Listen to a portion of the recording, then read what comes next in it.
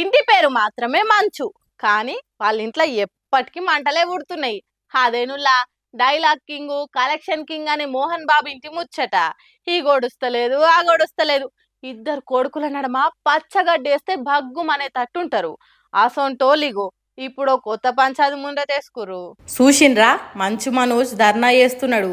అప్పుడు మోహన్ బాబు ఇంటి గేట్ కాడుండి ఒరేయ్ పంది అని తిట్టిన కానీ అదే మనోజు అదే గేట్ ముందట మా నాన్న బయటికి రావాలి, మా డాడీతో నేను మాట్లాడాలి అన్నట్టు చిన్న సంచి వరుసుకొని కూర్చొని చేతిలో ఓ నీళ్ళ బాటిల్ పట్టుకొని గట్టిగానే పోరాటం చేస్తున్నాడు. అంత తొందరగా మంచు ఫ్యామిలీ మంటల ముచ్చట పోలీసులకు మీడియాకు ఎట్లా తెలిసిందో గాని పోలీసులు బాగానే బందోబస్తుగా వచ్చిండ్రు. మీడియా కూడా కెమెరాలు వేసుకొని వీడియోలు తీస్తున్నారు.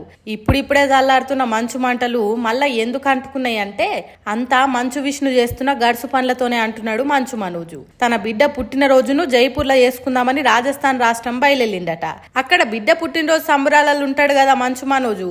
హాగో అదే అదును అని అన్న మంచు విష్ణు 15 మందిని ఎంట పెట్టుకొని మనోజ్ ఇంటికి వచ్చి సామాన్లు పొట్టు పొట్టు వాళ్ళ కొట్టిండట. ఇంట్లున్న కార్లు ఎత్తుకపోయిండట. ఇగో ఇట్లా కార్లకు కొండి తలిగించుకొని అమాంతం ఎత్తుకొని పోయే వ్యాన్లతోని తీసుకుపోయిండ్రట కార్లు.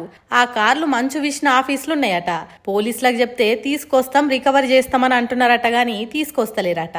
ఆగో అందుకే మా అయ్యతోని మాట్లాడతా అని జల్పల్లిలున్న మోహన్ బాబు ఇంటికి వచ్చిండు.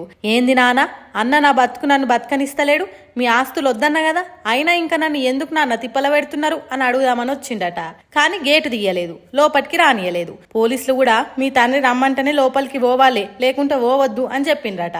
అందుకే ఇదంతా అవసరమా, కూర్చొని మాట్లాడుకుంటే అయిపోతుంది కదా అంటున్నాడు మనోజు. ఎన్నోసార్లు నా మీద దాడి జరిగింది, సాక్ష్యాలతో సహా పోలీసులకు ఇస్తే ఇంతవరకు కేసులు పెట్టలేదు అంటున్నాడు. మరి పోలీసులకు మోహన్ బాబుకి ఏదన్నా సోపతున్నదో మనకు తెలియదు గాని మనోజ్ కు న్యాయం చేస్తలేరని అంటుర్రు అతని ఫ్యాన్స్.